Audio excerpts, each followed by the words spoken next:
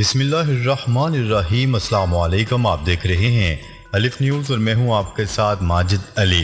شامل کرتے ہیں آج کی آن لائن ہیڈ لائنز۔ الظواہری کے مارے جانے کے بعد تو ہماری حکومت کو تسلیم کیا جائے، طالبان ترجمان کا مطالبہ۔ نیوز رپورٹ کے مطابق طالبان حکومت کے ترجمان ذبیح اللہ مجاہد کا کہنا ہے کہ الظواہری کے قتل کے بعد طالبان کی حکومت کو باضابطہ طور پر تسلیم کیے جانے کی رفتار تیز ہو جانی چاہیے تاکہ طالبان ایک ذمہ دار حکومت کی حیثیت سے دنیا کے سامنے جواب دہ ہو سکے۔ انہوں نے اس دعوے کا اعادہ کیا کہ افغانستان کی موجودہ انتظامیہ کے کسی بھی رکن کو القاعدہ کے سرغنہ ایمن الظواہری کی کابل میں موجودگی کا علم نہیں تھا۔ انہوں نے اس کی وجہ انٹیلیجنس کے میدان میں ناتجربہ کاری قرار دیا۔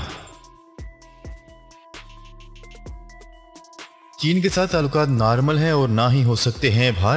بھارتی وزیر خارجہ کا کہنا ہے کہ بھارت اور چین کے تعلقات اس وقت تک معمول پر نہیں آ سکتے جب تک کہ سرحدی صورتحال نارمل نہ ہو جائے۔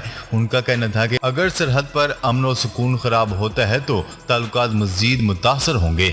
بھارتی وزیر خارجہ ایس جے شنکر کا کہنا تھا کہ اگر چین سرحدی علاقوں میں امن و سکون کو خراب کرنے کی کوشش کرتا رہا تو بھارت اور چین کے درمیان پہلے سے کشیدہ تعلقات مزید خراب ہو سکتے ہیں۔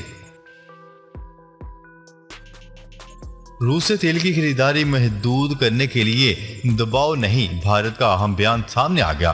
بھارت کا کہنا ہے کہ روس سے ایندھن کی خریداری کی وجہ سے اس پر مغربی ممالک یا کسی اور جگہ سے کوئی دباؤ نہیں ہے، کیونکہ بھارتی کمپنیوں نے روس سے تیل اور کوئلے کی درآمدات بڑھا دی ہیں جو پہلے کچھ حکومتوں کی طرف سے یوکرین پر حملے کی وجہ سے ختم کر دی گئی تھیں۔ میڈیا رپورٹس کے مطابق بھارت دنیا میں خام تیل درآمد کرنے والا دنیا کا تیسرا بڑا ملک ہے، جو چین کو پیچھے چھوڑ کر جولائی میں روسی تیل کا سب سے بڑا خریدار بنا۔ ڈرون طیاروں کے لین دین پر روس ایران کو امریکہ نے خبردار کر دیا۔ امریکہ نے خبردار کرتے ہوئے کہا ہے کہ روس اور ایران کے درمیان اسلحے کی تجارت قبول نہیں کی جائے گی اور اس وجہ سے ان پر اقتصادی پابندیوں کو زیادہ مضبوطی سے عائد کریں گے۔ دفتر خارجہ کی طرف سے یہ بات ایران سے روسی اہلکاروں کو ڈرون استعمال کرنے کی تربیت کے سلسلے میں ایک سوال پر کی گئی ہے۔ جشن آزادی کا تحفہ، قومی ایئر لائن نے کرایوں میں کمی کر دی۔ پاکستان کی قومی ایئر لائن پی آئی اے نے ملک کے 75ویں یوم آزادی کے موقع پر کرایوں میں کمی کر دی۔ تفصیلات کے مطابق پی آئی اے کی جانب سے 75ویں یوم آزادی کے موقع پر اندرون ملک سفر کرنے کے لیے کرایوں میں 14% کی کمی کا اعلان کیا گیا ہے، جس کے تحت جشن آزادی کے دن اندرون ملک سفر کے ٹکٹ پر مسافروں کو 14% خصوصی ڈسکاؤنٹ دیا جائے گا، جس کے بارے میں ترجمان پی آئی اے نے کہا ہے کہ ڈسکاؤنٹ آزادی کے جشن میں پی آئی اے کی طرف سے ہم وطنوں کے لیے تحفہ ہے۔ امریکہ نے روسی اثاثے ضبط کیے تو واشنگٹن کے ساتھ دو طرفہ تعلقات مکمل طور پر ختم ہو جائیں گے، روسی وزارت خارجہ نے خبردار کر دیا۔ روسی وزارت خارجہ میں شمالی امریکہ سے متعلق محکمہ کے سربراہ نے کہا ہے کہ امریکہ کی جانب سے روسی اثاثے ضبط کیے جانے کی صورت میں واشنگٹن کے ساتھ ماسکو کے دو طرفہ تعلقات مکمل طور پر تباہ ہو جائیں گے۔ غیر ملکی نشریاتی ادارے کی رپورٹ کے مطابق روس کے مغربی ممالک کے ساتھ تعلقات اس وقت سے بہت زیادہ خراب ہو گئے ہیں جب سے ماسکو نے 24 فروری کو ہزاروں فوجی یوکرین میں بھیجے اور اسے خصوصی فوجی آپریشن قرار دیا۔ زمین کے ایک حصے پر غیر معمولی گرمی، ماہرین نے خطرے کی گھنٹی بجا دی۔ حال ہی میں ہونے والی ایک تحقیق سے پتہ چلا ہے کہ پورا ارض پر آرکٹک کا حصہ 4 گنا رفتار سے گرم ہو رہا ہے۔ یہ تحقیق حال ہی میں کی گئی ہے۔ بین الاقوامی ویب سائٹس کی رپورٹ کے مطابق گزشتہ 40 سالوں میں زمین کے شمالی حصے آرکٹک میں گرمی کی شرح میں تقریباً 4 گنا سے زیادہ کا اضافہ ہوا ہے۔ تحقیقات میں بتایا گیا ہے کہ موسمیاتی ماڈل قطبی درجہ حرارت کی شرح کے حوالے سے غلط اندازے لگا رہا ہے۔ چین کے صدر شی جن پنگ اگلے ہفتے سعودی عرب کا دورہ کریں گے۔ غیر ملکی خبرساں ادارے کی رپورٹ کے مطابق ممکنہ طور پر سعودی ولی عہد چینی صدر کے استقبال کے لیے ایئرپورٹ جائیں گے۔ چین اور سعودی عرب کے درمیان تجارتی تعلقات اس وقت آگے بڑھے جب امریکہ مشرق وسطی سے اپنی توجہ ہٹا چکا ہے۔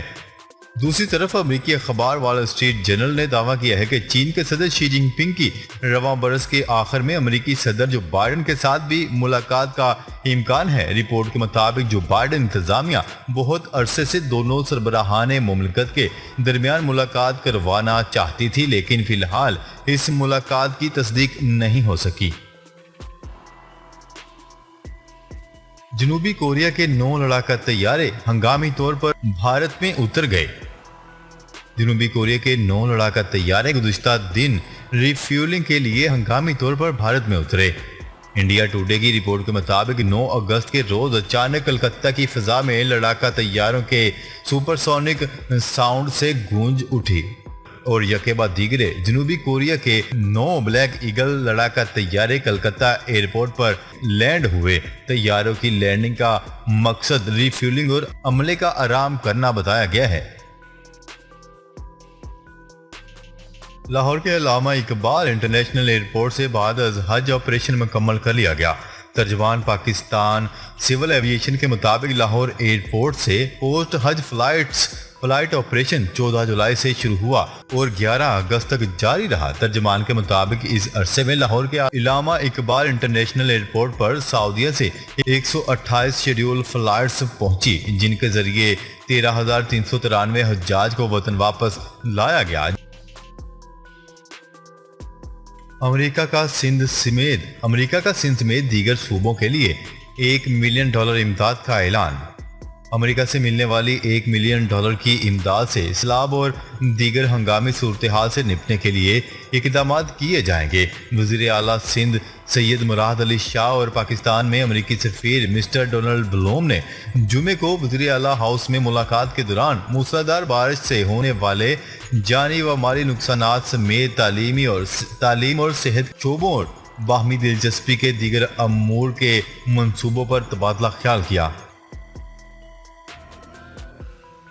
طالبان کی قید میں اسلام قبول کرنے والے آسٹریلوی پروفیسر افغانستان پہنچ گئے۔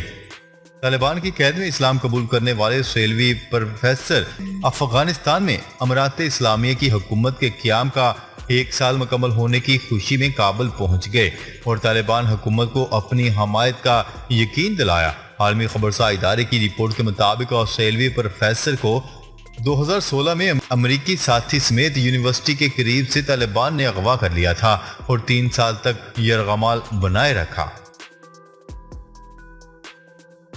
چینی صدر کا بین الاقوامی برادری سے عالمی ترقیاتی شراکت داری کے قیام کا مطالبہ۔ چین کے صدر شی جن پنگ نے بین الاقوامی برادری پر زور دیتے ہوئے کہا ہے کہ وہ ترقی کو فروغ دینے، مواقع پر مبنی ماحول کی تعمیر اور عالمی ترقی کے لیے نئی محرک قوتوں کو فروغ دینے کے لیے عالمی ترقیاتی شراکت داری کے قیام کے لیے مشترکہ کوششوں کے لیے اتفاق رائے پیدا کرے۔ کمیونسٹ پارٹی آف چائنا کی مرکزی کمیٹی کے جنرل سیکرٹری صدر شی جن پنگ نے ان خیالات کا اظہار جمعے کو عالمی ترقیاتی اقدام سے متعلق ہونے والی بین الاقوامی سول سوسائٹی یکجہتی کانفرنس کے نام اپنے مبارکباد کے خط میں کیا۔ متحدہ عرب امارات کے نئے پاسپورٹ کا اجرا آئندہ ماہ سے شروع ہو جائے گا۔ متحدہ عرب امارات کے جدید ٹیکنالوجی سے آراستہ نئے پاسپورٹ کا اجرا آئندہ ماہ سے شروع ہو جائے گا۔ حکام کے مطابق 1 ستمبر سے ٹیکنالوجی سے تیار کردہ خصوصی سیکیورٹی فیچرز کے حامل پاسپورٹ کا اجرا کیا جائے گا۔ اس حوالے سے فیڈرل اتھارٹی برائے شناخت شہریت کسٹمز پورٹ سیکیورٹی نے سوشل میڈیا اکاؤنٹس پر معلوماتی ویڈیو بھی شیئر کی ہے۔ جدید پاسپورٹ سے جعل سازی اور دھوکے دہی کے خاتمے کے ساتھ ساتھ شناخت اور اس کی اصلیت کو جانچنے کا عمل مزید تقویت حاصل کرے گا۔ ڈالر مزید سستا $215.50 پر آ گیا۔ انٹر بینک میں آج بھی ڈالر مزید سستا اور روپیہ مزید مستحکم ہو گیا۔ ڈالر کے مقابلے میں روپے کی قدر میں $3.38 کا اضافہ ہوا۔ نیوز رپورٹ کے مطابق کاروبار کے آغاز پر امریکی ڈالر کے سامنے روپے کی قدر میں بہتری دیکھنے میں آئی اور ڈالر کی قیمت میں تنزلی کا سلسلہ جاری رہا۔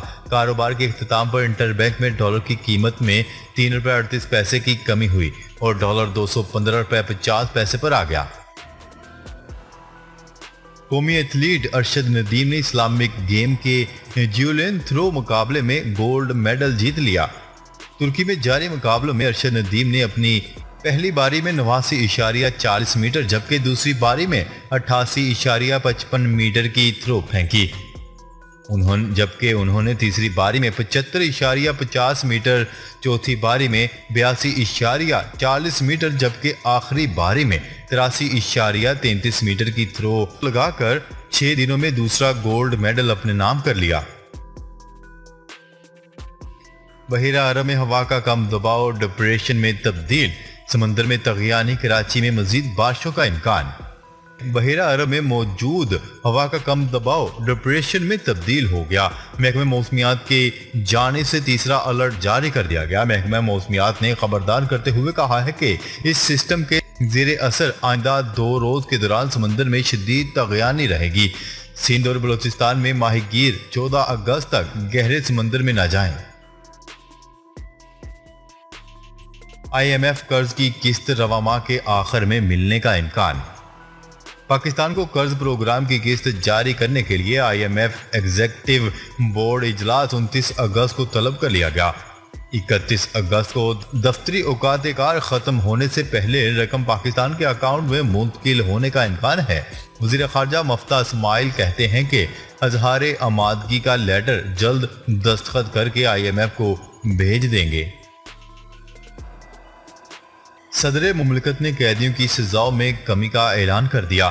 پاکستان کے 75ویں یوم آزادی کے موقع پر قیدیوں کی سزاؤں میں کمی آئین کے آرٹیکل 45 کے تحت کی گئی اور قیدیوں کی سزا میں 5ویں حصے کی کمی کی جائے گی۔ قیدیوں کی سزاؤں میں کمی کی تفصیلات کے مطابق 15 سال یا زیادہ سزا کاٹنے والے 65 سال یا زیادہ عمر کے قیدیوں کو بقیہ سزا میں مکمل چھوٹ کا اعلان کر دیا گیا، جبکہ 60 سال یا اس سے زائد عمر کی خواتین جو 10 سال سے زیادہ قید کاٹ چکی ہیں ان کے لیے بھی باقی سزا میں چھوٹ کا اعلان کر دیا گیا۔ ممنوعہ فنڈنگ کیس FIA کا عمران خان کو خط ریکارڈ طلب۔ ممنوعہ فنڈنگ کیس میں وفاقی تحقیقاتی ادارے FIA نے پاکستان تحریک انصاف PTI کے چیئرمین عمران خان کو خط ارسال کر دیا۔ ذرائع کے مطابق FIA نے عمران خان کو لکھے گئے خط میں ان سے بینک اکاؤنٹس کی تفصیلات اور ان کی سالانہ رپورٹ کا ریکارڈ مانگ لیا۔ خط میں کہا گیا ہے کہ PTI کے 1996 سے لے کر اب تک کی تمام تنظیموں اور ٹرسٹ ریکارڈ فراہم کیا جائے، جبکہ پارٹی کے قیام سے لے کر اب تک وصول کی گئی ممبرشپ فیس کا ریکارڈ بھی فراہم کیا جائے۔ ناظرین، اب تک کے لیے اتنا ہی۔ مزید خبریں لے کر بہت جلد آپ کی خدمت میں حاضر ہوں گے۔ تب تک کے لیے اپنا خیال رکھیے گا۔ اللہ نگہبان۔